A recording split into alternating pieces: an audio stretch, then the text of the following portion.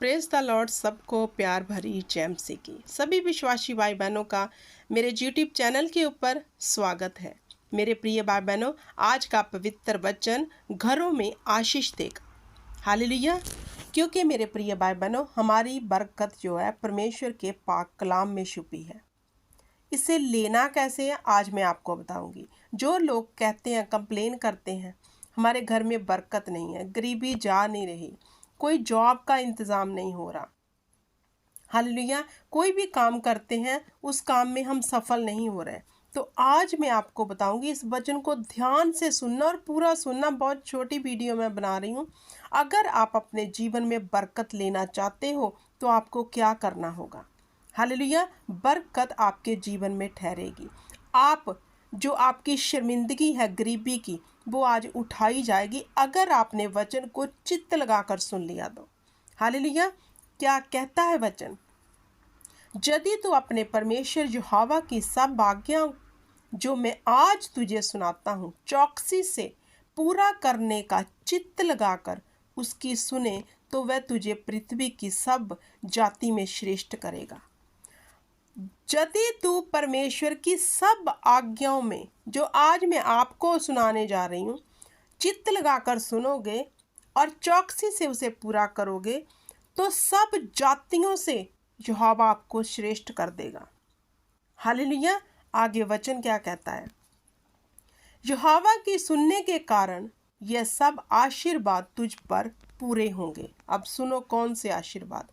धन्य हो तू नगर में, धन्य होगा तू खेत में, धन्य होगी तेरी संतान और तेरी भूमि की उपज, और गायें और भेड़ बकरियां आदि पशु के बच्चे।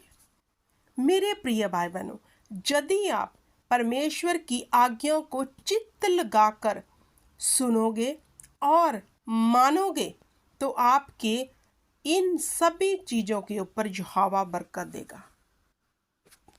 हालेलुया। आपके नगर में बरकत उतर आएगी, आपके खेत खलिहानों में, आपके संतान में, आपकी भूमि की उपज में, आपके बैल डंगरों के ऊपर। मतलब आपने जो भी कारोबार शुरू किया उन सभी कारोबार के ऊपर परमेश्वर आपको बरकत पे बरकत देगा। ये आपके पास रखने की जगह ना होगी, लेकिन एक ही कंडीशन है, यहोवा की आज्ञा को चित्त लगाकर सुनना और मानना। हालेलुया। अब आज्ञाएं कौन सी हैं? परमेश्वर ने 10 कमांडमेंट्स हमें दी है मेरे प्रिय भाई बहनों। उन कमांडमेंट्स को रोज पढ़ो, रोज डेली पढ़ो। हो सके तो अपने घर में उन कमांडमेंट्स को लगा लो। लगाकर उसको एक फ्रेम की तरह नहीं रखना, रोज उस पर मनन करो कि यहोवा हमारे जीवन से चाहता क्या है और हम कर क्या रहे हैं। जिस दिन आपने परमेश्वर की आज्ञाओं को पूरा करना शुरू कर दिया, ऐसा हो ही नहीं सकता कि आपके घर में बरकत ना आएगी। कमियां हम में है, परमेश्वर का वचन पूरा है, सत्य है, अटल है, वह बिना पूरा हुए कभी भी टलता नहीं। कमियां हम में है मेरे प्रिय भाई बहनों। हम आज्ञाओं को पूरा करना नहीं चाहते, उन पर चित्त नहीं लगाते, जिनके कारण हम दुविधा में पड़े हैं, जिसके कारण हम गरीबी में पड़े हैं, जिसके कारण हम श्रापों में पड़े हैं। हालेलुया। बहुत लोग कहते हैं खुदा जानता है, क्यों नहीं कर रहा। उसके वचन में ये लिखा है, परमेश्वर कहता है हाँ मुझे पता है, मेरे वचन में लिखा है, क्या तू मेरी आज्ञाओं को चित्त लगाकर सुनता है और उस मानता है और उस पे चलता है। हालेलुया। परमेश्वर ने एक ही कंडीशन हमारे लिए रखी है कि तू मेरी आज्ञाओं को मानकर उस पे चलना है। अब 10 कमांडमेंट्स आप रोज पढ़ो, चित्त लगाओ और देखो उसमें से आपने कौन सी पूरी की हुई है और कौन सी टूटी हुई है। हालेलुया। क्योंकि यहोवा का वचन कहता है एक दूसरे से प्रेम करो। पहले तो यही सबसे उत्तम आज्ञा है यहोवा ने कहा। अब देखना है क्या हमारे अंदर प्रेम है, या फिर हम खाली बर्तन की तरह कहते तो हैं लेकिन अंदर खाली है, किसी से प्रेम नहीं है। कड़वाहट इतनी है कि जब हम बोलने पर आए तो इतने शब्द बोल देते हैं अपने शत्रुओं के लिए कि यहोवा हमें देख रहा होता है, सुन रहा होता है तब, तो कैसे आएगी बरकत, कैसे ठहरेगी हमारे जीवन में बरकत मेरे प्रिय भाई बहनों? नहीं ठहरेगी। बरकत वो ही इंसान ले सकता है जो परमेश्वर के वचन पर चलता है। क्या आपको कोई हार्ड काम करने को परमेश्वर ने कहा? नहीं, हमें कुछ भी उसने ऐसा हार्ड काम करने को नहीं कहा। सिर्फ उसने कहा मेरी आज्ञाओं पे चलो। क्या आप आज्ञाओं पे चल के अपनी पीढ़ी को सुधारना नहीं चाहते? हालेलुया। क्योंकि मेरे प्रिय भाई बहनों, एक बात तो हम सब जानते हैं, बिना मेहनत के कुछ भी हासिल कर नहीं सकते। हालेलुया। आगे वचन क्या कहता है? कौन सी होगी? धन्य हो तेरी टोकरी और तेरी कटौती। धन्य हो तू भीतर आते समय और धन्य होगा तू बाहर जाते समय।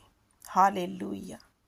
परमेश्वर ने इतना कुछ हमारे लिए रख छोड़ा है इस वचन के बीच, लेकिन हम अपनी ही गलतियों के कारण, अपने ही स्वभाव के कारण, परमेश्वर की अनाज्ञाकारी के कारण इन वचनों को अपने जीवन में पूरा होता नहीं देख रहे।